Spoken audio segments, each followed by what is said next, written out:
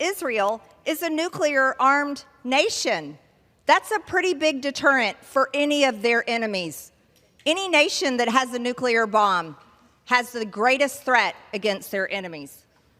U.S. aid typically accounts for 15 to 20% of Israel's defense budget, even though Israel, nuclear-armed Israel, has universal health care for their citizens and subsidized college for their citizens. They're able to provide that. However, here in America, we're $37 trillion in debt. My amendment to strike $500 million in foreign aid will ensure an America First Department of Defense, and that is exactly what we need and we haven't had for a very long time. Marjorie Taylor Greene is back in the news. The Georgia congresswoman, who recently announced she will resign on January 5, 2026, posted on X that she has never taken any money from AIPAC, the powerful pro-Israel lobbying group. In the same post, she criticized Israel for what she called genocide in Gaza and took aim at Republican Senator Lindsey Graham, saying, "Always judge your elected representatives by their actions, not the propaganda talking points on the internet." Her post highlights a big split within the Republican Party over Israel. For decades, supporting Israel was something all Republicans agreed on. But now, the party is divided. On one side are the MAGA loyalists who strongly back Israel and have close ties to Christian Zionist voters. On the other are the America First nationalists, like Greene, who believe the U.S. should put its own interests first, avoid endless wars, and question sending billions in foreign aid. Greene rose to fame as one of President Donald Trump's closest allies.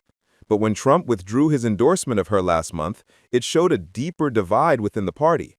The MAGA wing still follows Trump closely and supports Israel as a moral and religious cause.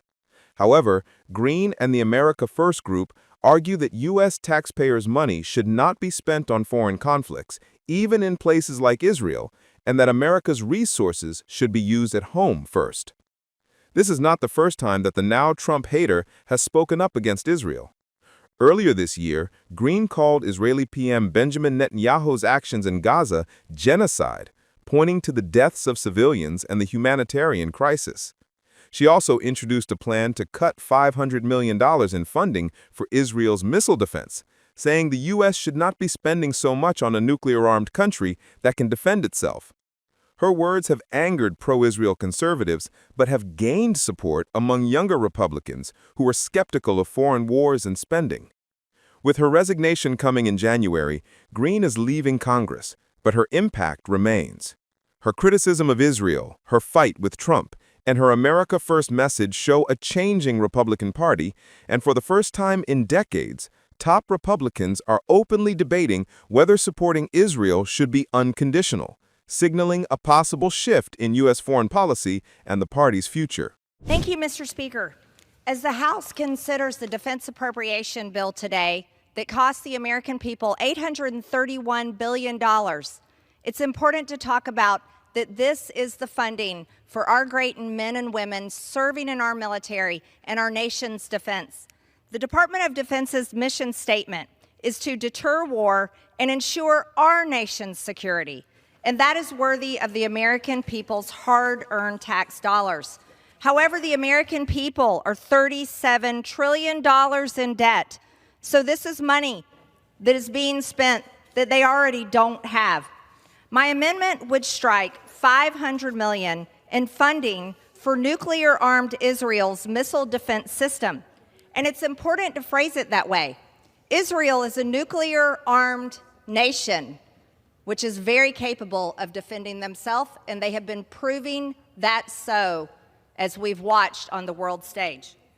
The U.S. already provides Israel with $3.8 billion annually in foreign aid.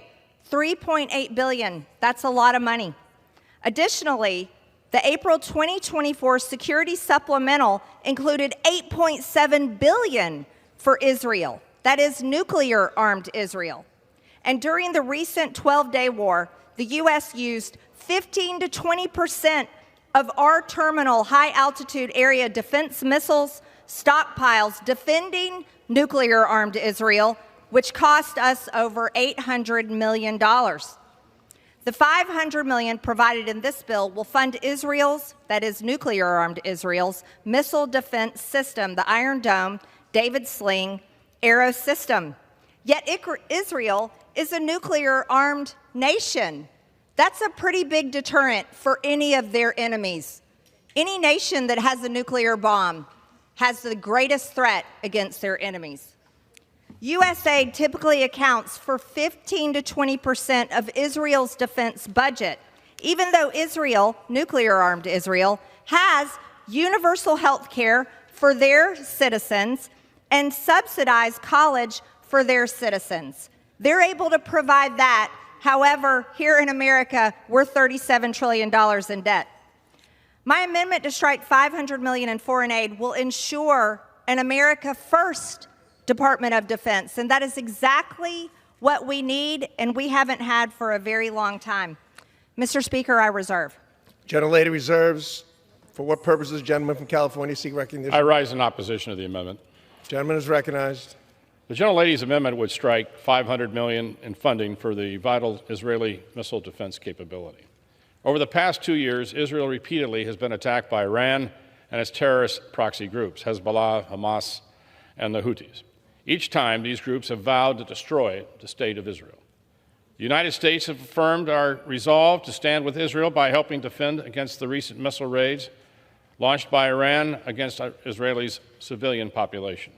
The success of Israel's robust missile defense capability is in part because these funds were provided in this bill and prior bills. Furthermore, this funding benefits our own missile defense industrial base as it provides for co-production activities and shared technology development. It's certainly to our mutual advantage. With that, I urge a no vote on the amendment and reserve the balance of my time. Gentleman reserves. Oh, would yield 90 seconds to the ranking member and gentlelady from Minnesota. Gentleman yields. The gentleman reserves. The gentlelady from Minnesota is recognized. Mr. Speaker, I rise in opposition to this amendment. To be clear, I have disagreements with Prime Minister Netanyahu's government. Israel totally had the right to defend itself after the heinous attacks on October 7th, and all the hostages should come home. But the Israeli military campaign has been an absolute tragedy for the people of Palestine. The people of Gaza are in desperate need of more humanitarian relief, which I strongly support. But the funding in this bill does not support offensive weapons for Israel. That's funding in a separate appropriations bill. This bill provides for defensive measures only, like Iron Dome, which I support. Safety is what everyone in the region deserves. Israeli children deserve to go to bed at night knowing that missiles from Yemen, Iran, or from the Houthis or anywhere else in the region will not rain down on them. And Palestinian children deserve to go to bed at night knowing that their schools, their hospitals, and their homes will not be bombed. And that's what we all need to work towards, peace. I urge the defeat of this amendment, and I yield back. Gentlelady yields. Gentlewoman from Georgia is recognized. Thank you, Mr. Speaker. Israel is a nuclear-armed nation, and they're less than $400 billion in debt. They are quite a thriving and successful nation. Their economy is strong. They're doing a great job for their people. However, the United States, the American citizens, are $37 trillion in debt. Yet we're continuing to send hundreds of billions of dollars in foreign aid constantly to foreign countries. This has to end at some point. Our problems here at home for Americans and the American taxpayer that are paying for all of this have gotten too large. And I also want to point out that Israel bombed a Catholic church in Gaza, and that an entire population is being wiped out as they continue their aggressive war in Gaza. Now, we are heartfelt about the October 7th tragedy, that when people were killed, innocent people were killed. However, at some point, the United States needs to recognize that Israel is a strong country. They are nuclear armed, and they are capable of defeating their own enemies. It's right to stop funding this, as we give them $3.8 billion every single year anyways. Mr. Speaker, I ask for support for my amendment, and I yield the remainder of my time. Gentlewoman yields back. The gentleman from California is recognized. I yield 60 seconds to the gentleman from Florida. Gentleman from Florida is recognized. Thank you, Mr. Chairman. I rise in opposition to this America Last amendment and reject the premise of the arguments that are being made. There are 600,000 Americans who live in Israel, and one rocket has been fired against every 23 of them. 26,000 rockets since October 7th. 43 Americans killed on October 7th, 12 taken hostage. But more importantly, the research that this fund is the premise behind the Golden Dome.